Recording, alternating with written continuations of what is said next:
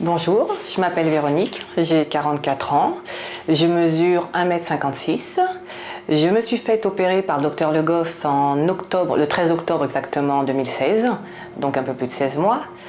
Je partais d'un poids de départ de 111 kg et aujourd'hui je suis à 81, donc une bonne trentaine de kilos en moins en 16 mois.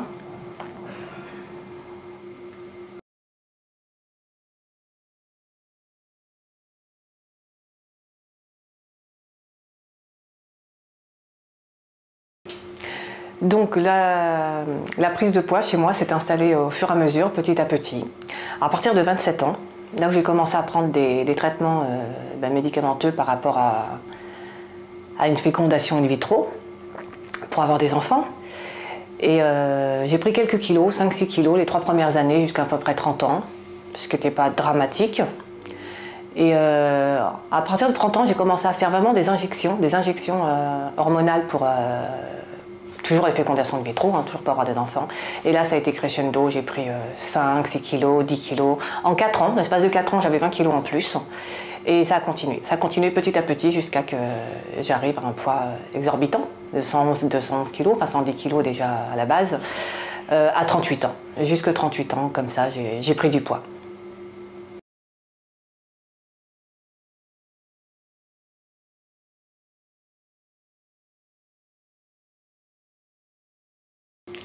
Avec ces problèmes de poids, donc j'ai déclenché une BPCO. Bon, la BPCO était devenue à la base avec problème de tabac, mais il y avait aussi ce poids en plus qui faisait que je respirais mal. J'ai pas pris de traitement, j'avais juste un petit peu de ventoline. Et par rapport au poids, j'avais surtout des problèmes aux chevilles. C'est-à-dire que j'avais mal aux chevilles, je me levais le matin, j'avais mal et c'était le poids il pèse, donc forcément ça faisait mal.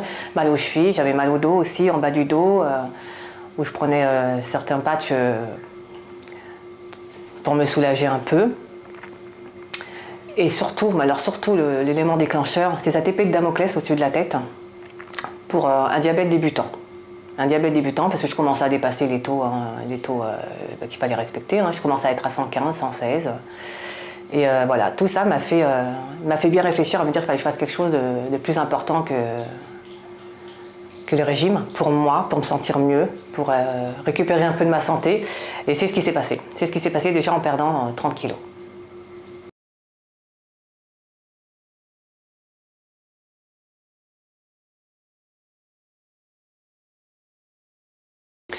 Comme tout le monde, j'ai fait plusieurs régimes, différents régimes. Alors des compliqués, des durs où on mange de la viande qui bouillit dans l'eau, comme le poulet par exemple, ou quelques œufs, 3 œufs par jour. Ah oui, ça marche, on perd des kilos, on perd vite, mais ça reprend très vite. On craque vite pour ce genre de régime, avec ce genre de régime. J'ai fait aussi un régime avec l'aide d'un endocrinologue, de mon endocrinologue, où j'ai perdu quand même 18 kilos en 9 mois, un petit peu avant mon mariage. En fait, c'est ce qui m'a motivée surtout à me dire, il faut que je fasse quelque chose. Et j'ai perdu donc 18 kilos en à peu près 9 mois. Ça avait bien marché. Après j'ai arrêté, mais j'ai réussi à me stabiliser à peu près 1 an. J'étais fière de moi quand même, 1 an à me stabiliser comme ça. Et puis au fur et à mesure, déjà j'ai repris après encore une FIV. Donc je suis retournée pour refaire une fécondation in vitro. Et en fait c'est l'enchaînement en fait. L'enchaînement, voilà, j'ai repris le traitement, j'avais faim à nouveau, plus faim. Et puis voilà, après c'est remonté petit à petit. Mais voilà, en gros, j'ai fait plusieurs régimes, 3-4, et c'est celui où on mangeait le plus équilibré possible qui a fonctionné sur moi. Mais au final, tout ça revient à des échecs. C'est l'effet yo-yo, tout simplement.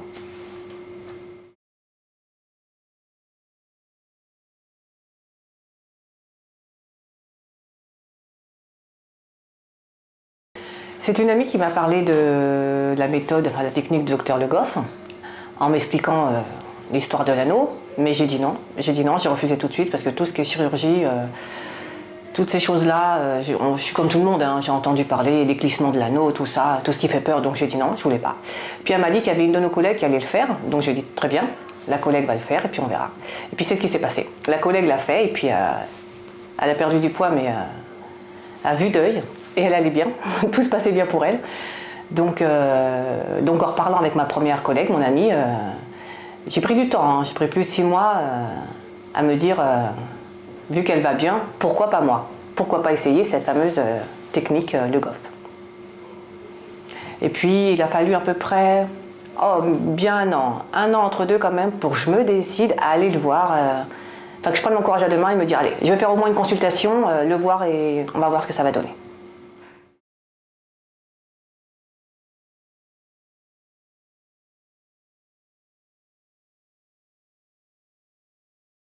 Et donc dans cette année de réflexion, je me suis renseignée, j'ai été sur internet et j'ai regardé plusieurs techniques, plusieurs chirurgies bariatriques.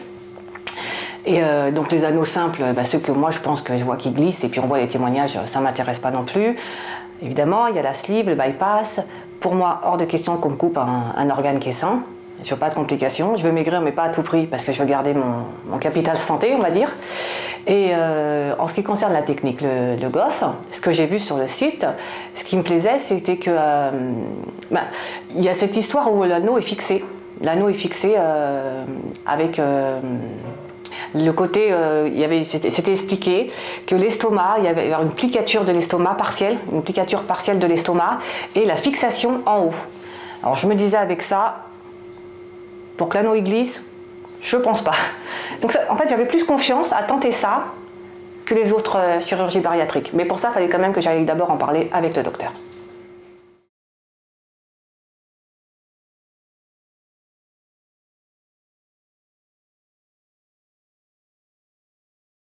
Donc j'ai vu le docteur Le Goff, je suis allée le voir en consultation, qui m'a confortée dans ma décision parce que voilà, il avait vu en fonction du poids que je faisais et puis les petits soucis de santé qui allaient arriver. Et il m'a donné un parcours d'examen à faire, où j'ai vu pneumologue, j'ai vu cardiologue aussi, d'ailleurs où j'ai découvert que j'avais le côté de mon cœur gauche qui commençait à être fatigué par rapport au poids. Et tout un tas d'examens à faire avec un psychologue aussi, pour un suivi, pour parler avec lui déjà, pour savoir si j'étais prête pour cette opération, à accepter ce genre d'opération. Et donc voilà, en tout cas c'était bien encadré avant de me faire opérer, pour voir l'état de santé et puis l'état psychologique. Ensuite, donc je me suis fait opérer en octobre. En octobre où là l'opération s'est très bien passée. Je suis rentrée un jeudi. Un mercredi soir, j'étais opérée le jeudi, l'opération s'est très bien passée, j'ai pas vraiment eu de douleur, j'ai pas eu de douleur du tout, j'avais plus mal à la tête qu'à l'abdomen. Et puis le lendemain, j'étais assise dans mon lit, ça allait bien. J'ai mangé un demi-yaourt et une demi-compote, parce qu'évidemment après on arrive à la période liquide. Et le samedi, je suis sortie, tout allait bien, sans douleur particulière.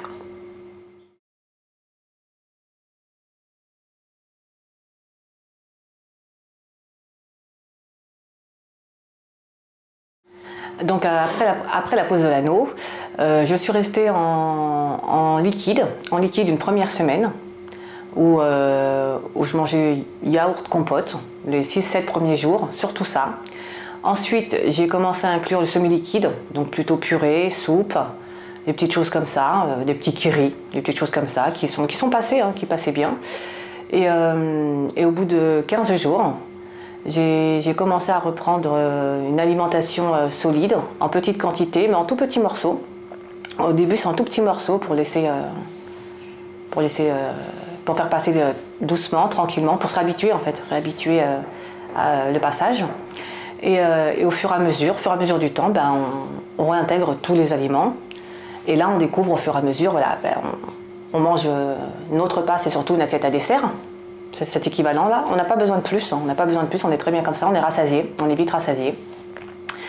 Et puis on découvre aussi, comme on veut manger un petit peu de tout, du coup on mange très peu mais un petit peu de tout, donc on inclut les légumes avec un petit peu de féculents quand ça passe. En ce qui me concerne moi, c'est la viande rouge. La viande rouge et le pain, c'est les deux choses qui n'arrivent pas à passer, même encore actuellement. Le pain un petit peu, mais la viande rouge c'est quelque chose qui ne passe plus. Mais moi sinon à part ça, je peux manger de tout, vraiment de tout.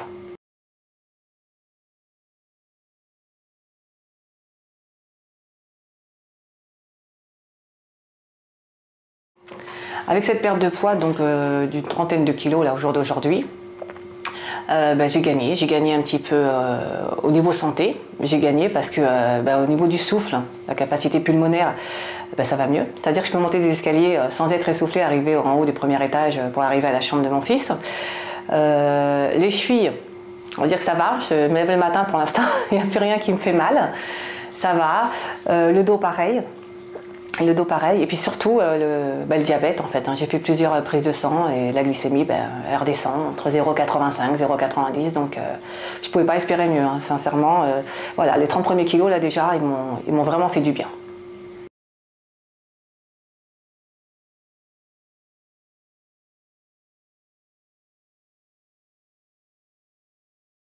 Cette perte de poids m'a aussi permis de pouvoir faire plus de choses avec mes enfants, plus d'aisance, jouer avec eux au sol ou des choses comme ça. Par exemple, un truc tout bête où avant, pour monter dans un manège, je réfléchissais à 2 fois parce que je me disais, si je rentre pas dedans, c'est un peu la honte. Voilà, maintenant c'est voilà, je sais que je peux y aller, donc j'y vais. Donc voilà, c'est des choses aussi qui m'aident à aller un peu plus de l'avant, donc faire un peu plus de choses en fait, grâce à cette perte de poids.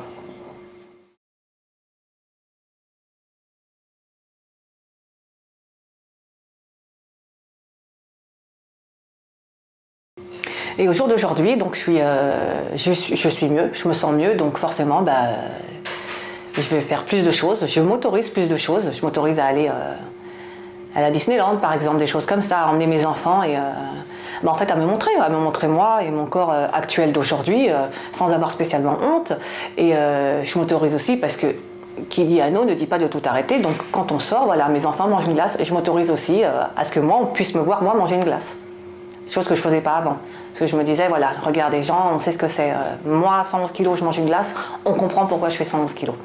Donc voilà, il y a plein de choses, petites choses comme ça, de tous les jours, qui font que ça mine le moral, mine de rien. Et avec ce poids en moins, on s'autorise et puis on est plus enjoué, on va de plus en plus de l'avant, on va de plus en plus vers les autres et le relationnel aussi, tout ça, on y gagne.